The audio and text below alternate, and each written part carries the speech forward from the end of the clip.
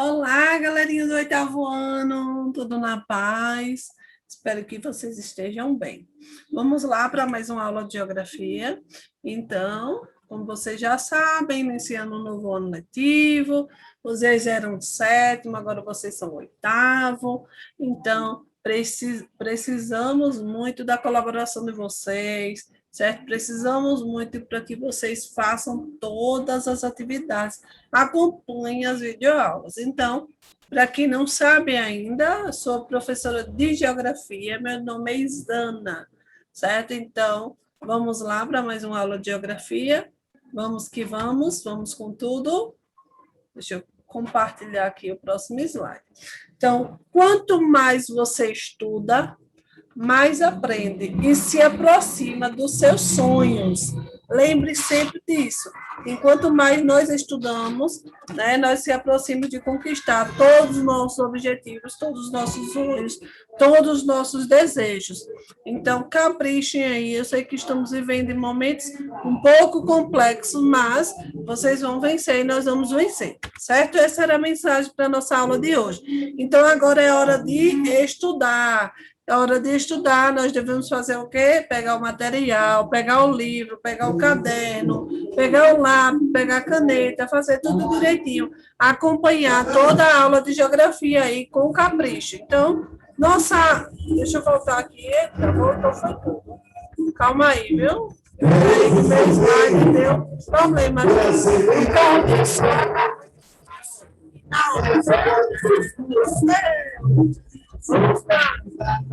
Nosso novo assunto é o capítulo 2 da ordem bipolar, a geopolítica atual, certo? Vamos lá. Então, nós falamos um pouquinho, né, sobre essa questão dos sistemas econômicos, sistema capitalista e socialista na aula passada, e hoje nós vamos dar continuidade e aí falando um pouquinho sobre essa ordem bipolar. Então, após a Segunda Guerra Mundial, os Estados Unidos e a União Soviética, elas acabaram se firmando, né, como estados mais poderosos do mundo, tanto economicamente quanto militarmente. Estados Unidos e União Soviética, lembra? Estados Unidos capitalista e União Soviética socialista. Então, essas duas potências aí, governadas, né, sistemas sociais, econômicos opostos, como eu falei, capitalismo e socialismo, e aí eles formaram esses blocos, né, capitalista, bloco socialista. Então, essa disputa sobre outras nações ficou conhecida, começou, né, a acontecer essa disputa, a chamada Guerra Fria. Guerra Fria, nessas duas potências. Por que Guerra Fria? Porque essas duas potências, Estados Unidos e União Soviética, elas nunca se enfrentaram militarmente, com guerras. O confronto foi ideológico. Eles não enfrentaram diretamente com batalha, né? Eles foi um enfrentamento ideológico, então por isso o nome é chamado Guerra Fria, certo? Então, com o fim da Guerra Fria, em 1989, vários países deixaram o bloco socialista e aderiram à economia de mercado, típica do sistema capitalista. Com isso, os Estados Unidos acabam emergindo como grande potência mundial. Então, depois da Guerra Fria, então, um monte de país deixou do bloco socialista, deixou de ser socialista, então os Estados Unidos a tendência é o quê? A emergir, a crescer. E aí eles saem na frente como grande potência mundial e econômica, com reflexos, né, muito grandes na economia, na sociedade e na cultura de todo o planeta. Então, nós temos aí a imagem, a queda do Muro de Berlim, né, ele simbolizou aí o fim da Guerra Fria.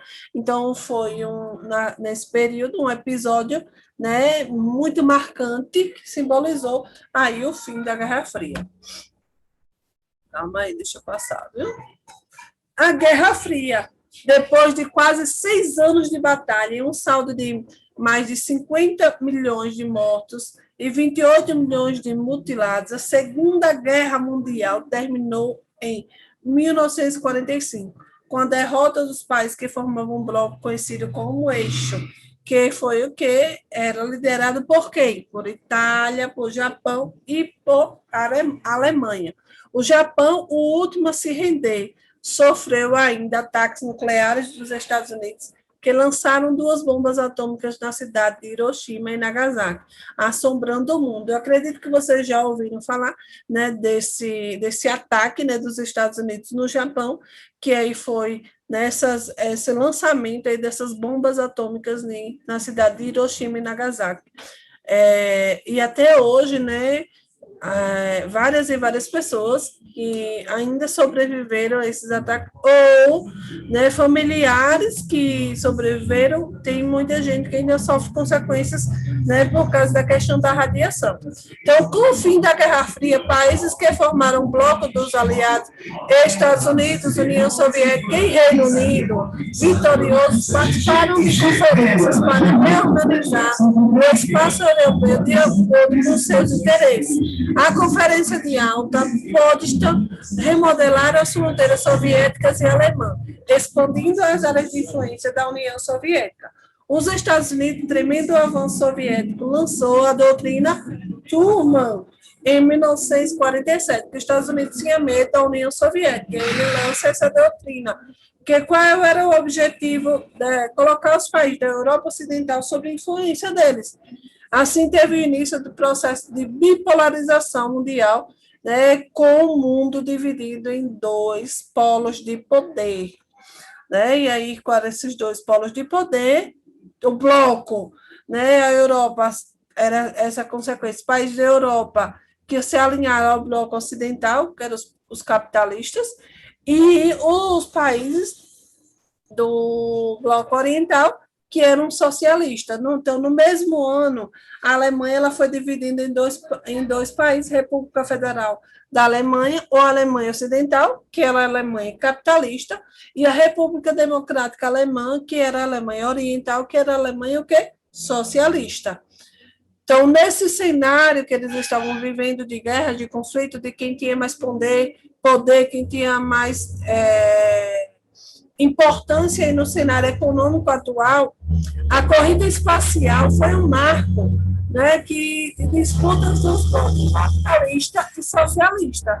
Os soviéticos foram os primeiros a lançar um satélite e a enviar uma pessoa ao espaço, enquanto os estadunidenses organizaram a primeira expedição tripulada a aterrissar na Lua.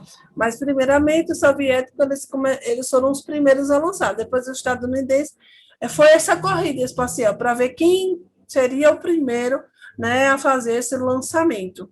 Então, ela tinha finalidade científica, essa corrida espacial, e fazia parte da competição pelo desenvolvimento tecnológico e militar. Mas, sobretudo, era uma maneira de cada bloco fazer propaganda de suas conquistas tecnológicas, de seu modo de vida. Então, por trás de toda essa questão de tecnologia, por trás de toda essa questão militar, né, esse desenvolvimento existia, né, toda essa questão de propaganda, de conquistar, né, de melhorar aí o modo de vida, de propagar suas conquistas. Então, além dessa corrida militar, durante a Guerra Fria, ocorreu a chamada corrida armamentista, que foi o quê? Estados Unidos, União Soviética, eles se esforçaram para produzir mais e mais e mais e mais bombas nucleares, né, com um poder de destruição cada vez maior, gerando preocupação em todo o mundo. Então, quanto eles... a corrida espacial, depois da corrida espacial, a corrida armamentista, eles tinham essa preocupação extremamente grande de produzir, né, bombas nucleares, porque era tentar se prevenir, na verdade, se acontecesse um conflito, acontecesse uma guerra. Toma aqui uma aguinha. Em 1985, Mikhail Gorbachev assumiu o poder da União Soviética. Nos anos seguintes, ele iniciou todo esse processo de reestruturação econômica, que foi reestruturação econômica, era chamada de perestroika, né? E a transparência das ações do governo era chamada de glasnost. Então, essas ações, empreendidas por iniciativa do líder soviético, destacaram-se os acordos entre os blocos socialista e capitalista para diminuir esse arsenal nuclear. Porque enquanto mais eles investiam na produção desse arsenal nuclear, mais os países sofriam. Né? Os preços dos produtos, dos alimentos acabavam subindo, né? E aí gerava várias e várias consequências para a população dos países que eles faziam parte. Né? Então, era um complexo. Aqui nós temos os países, né, da Guerra Fria. E aí nós temos aí de verdinho os países capitalistas e de vermelho os países socialistas. Conflitos e tensões. Devido a uma combinação de fatores sociais, econômicos, militares, territoriais, religiosos, etc., os países interferem no cenário mundial. Os países da economia mais forte, cuja população representa um grande mercado consumidor, com exército bem mais equipado e treinado e com mudança dos recursos energéticos, tendem a ter maior influência em decisões que afetam outros países, sobretudo os que têm menos poder político e econômico. E aí nós temos, né, um pouquinho, né, dessa combinação, e que é complexo, né, essas questões de conflitos, porque precisa muito, muito investimento para você entrar em um conflito, em uma guerra.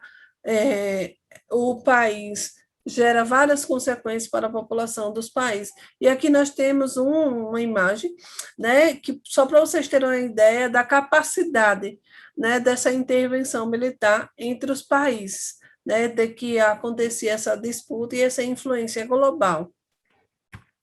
Questões territoriais. Aí nós vamos falar um pouquinho sobre os confrontos, né? Os confrontos armados entre países. Além de motivá-los pelo controle de recursos estratégicos, como petróleo, água e minérios, que pode levar a uma invasão militar para posterior intervenção econômica, podem ter como causa a expansão de fronteiras.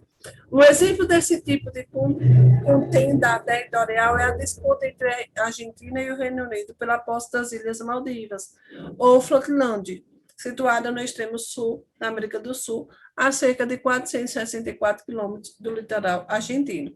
E aqui nós observamos, né, que existem várias e várias questões territoriais, e vocês observem aí no livro de vocês que os países praticamente eles, né, vivem observando, buscando, né, caminhos, buscando aí enfrentar esses desafios.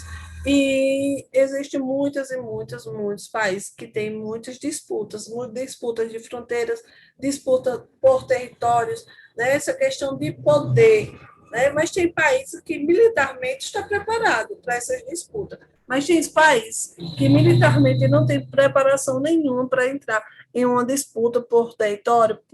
E aí nós temos hoje bens preciosos, né, que está levando vários países a entrar em conflito. Vou colocar um exemplo aqui, nós temos o petróleo. O petróleo hoje é um bem precioso e faz com que, né, exista toda essa cobiça para vários países querer entrar em conflito, em guerra, em busca desse bem precioso que é importante para produzir. Interesses econômicos e recursos naturais. É o que eu estava falando agora. Existem várias regiões que apresentam recursos naturais e energéticos de grande valor econômico. Então, essas regiões que apresentam esses recursos energéticos naturais de grande valor são as principais causas de conflitos armados entre os países na atualidade. Então, falei e repito, o petróleo é a principal fonte de energia utilizada no mundo atual. Então, hoje existem muitos conflitos, certo? Ocorridos em grandes regiões de reservas desse recurso, certo? Então, tem se agravado bastante, o consumo do petróleo tem aumentado, né, especialmente em países desenvolvidos, porque eles precisam, né, abastecer suas indústrias, abastecer suas necessidades de produção, e aí existem, né, vários conflitos. Então, aí no livro de vocês façam aí a leitura, por exemplo, a guerra no Iraque. Um exemplo, né, desses conflitos, a busca de uma saída para o Golfo Pérsico e a posse de mais reservas de petróleo levaram o presidente iraquiano, né, a conflituar, certo? A tentar invadir, a tentar fazer alianças, e os países não queriam aliança, e aí acaba desestruturando totalmente o país, e aí existem várias consequências. Então, é só um exemplo que eu coloquei. Olha, em 2003, sob o pretexto de que Saddam Hussein escondia armas de destruição em massa no Iraque, os Estados Unidos, novamente, à frente de uma coalizão, invadiram o país desde o início da guerra do Iraque. A existência dessas armas, porém, nunca foi comprovada, e muitos analistas consideram que o interesse no petróleo iraquiano tenha sido um dos principais motivos para a invasão do Iraque pelos Estados Unidos. E aí vocês observam a explosão, né, de petróleo e a presença de empresas estadunidenses no território iraquiano. Então, era interferindo diretamente no desempenho, na economia do país, né, na economia do Iraque. O governante Saddam Hussein não quis acordo, e aí os Estados Unidos fez o quê? Achando todo poderoso, invadiu o país, e aí entra em o quê? Em um conflito. E aí esse conflito, e aí vocês observam na imagem essa explosão, que é o mínimo do conflito, né? Porque em busca do bem precioso, em busca de quê? Do petróleo, o petróleo iraquiano. Rivalidades étnicas e religiosas. Então, as rivalidades étnicas, a questão da cultura, a tradição, a língua, o modo de vida de diversas das pessoas, acaba que vários países, né, existe essa questão da intolerância. E aí essa intolerância tem provocado vários e vários conflitos. Então, tem muitos países que são intolerantes, que eles não aceitam a cultura do outro, a língua, o modo de vida das outras pessoas, e acabam sendo intolerantes e acabam gerando conflitos. Questões religiosas também são motivos, né, de discórdias em seguidores de diferentes crenças. Acaba que deles não aceitam. Então, assim, no Brasil, um exemplo, eu sou católica, mas se tem um de vocês que é evangélico, e a gente conversa, a gente debate o assunto, então a gente respeita a opinião do outro, então a gente não vai estar entrando em conflito. Já em outros países, vocês observam aí que gera muitas e muitas mortes, né, várias tensões e várias pessoas feridas, várias pessoas que são mortas, principalmente por essa questão de intolerância, certo? O papel da ONU. Além de julgar disputa entre os países, a ONU também atua promovendo manutenção da paz internacional e a segurança em regiões de tensões e conflitos armados. Então, o principal objetivo, né, da ONU é tentar manter, né, tentar equilibrar, manter essa paz internacional e a segurança, certo? E aí eles ficam, né, observando, acompanhando, principalmente essas regiões de tensões e de conflitos armados, para tentar, né, estabelecer um acordo, mas aí nem todas as vezes, nem todos os momentos eles conseguem, né, esses acordos. As missões de paz são compostas de um exército de homens e mulheres, os chamados capacetes azuis, provenientes de diversos países do mundo, e servem para proporcionar o diálogo e resolver conflitos por vias pacíficas. Então, na ONU existe, né, toda uma equipe preparada, e aí observem que esse chamado de exército, homens e mulheres que são chamados de capacetes azuis, que eles vão em busca, né, dessas missões, e buscar a paz, o equilíbrio, tentar entender, né, a maioria desses conflitos e tentar entrar em um acordo para melhorar, né, é de extrema importância, né, para a pacificação em essas áreas de conflito, certo? Porque conflito só gera consequência, muitas pessoas morrem, muitas pessoas ficam feridas, então a ONU já participou de mais de 50 missões de paz, né? E contribuiu com cerca de 1.300 efetivos em operações realizadas nele. Um exemplo, em Angola, em Moçambique, no Timor-Leste, no Haiti e no Líbano. Então, é uma equipe, né, preparada, então, com objetivo comum, ideias comuns para tentar, nem sempre eles conseguem resolver os problemas, mas tentam, né? Isso é importante. Observem aqui, no ano 2000, o Haiti enfrentou graves crises sociais e políticas, terremotos e furacões. A missão da ONU para a estabilização no Haiti atuou durante 13 anos e foi liderada pelos militares brasileiros. No fim de 2017, as tropas foram retiradas e a missão de paz foi substituída por operações de segurança menores. E aí eles conseguiram, né, tentar fazer esse equilíbrio, então eles conseguiram dar uma melhorada, e aí eles foram substituídos só por operações de segurança menores. Então, mas vocês observam quanto de tempo eles passaram tentando, né, salvar, tentando melhorar esses conflitos, esses confrontos existentes aí no Haiti. E agora nós vamos para a nossa atividade. A atividade aí, vocês podem abrir o livro na página 24, certo? Então, vai ter uma questão para casa e uma questão nós vamos responder aqui. Como se caracterizou a Guerra Fria? Então, esse conflito conhecido como Guerra Fria, ele é caracterizado por não haver o quê? Confrontos militares diretos entre as duas superpotências. Então, foi um conflito em diálogo, certo? Então, não teve confronto armado. O que pretendia Estados Unidos e União Soviética com a corrida espacial? E aí, o que eles pretendiam? As duas potências pretendiam influenciar outros países por meio da disputa ideológica, demonstrando que sua tecnologia e seu sistema de governo eram superiores aos do rival. Então, teve toda essa questão, né? Tentar influenciar. E aí essa questão vai ficar para casa. Que país é a superpotência na atualidade? E por quê? Né, esse país, vocês, eu acredito que vocês já sabem, que é superpotência na atualidade.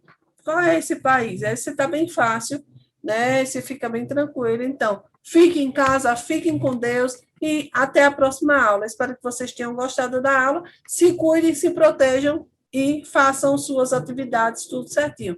Tchau, tchau. Até a próxima aula.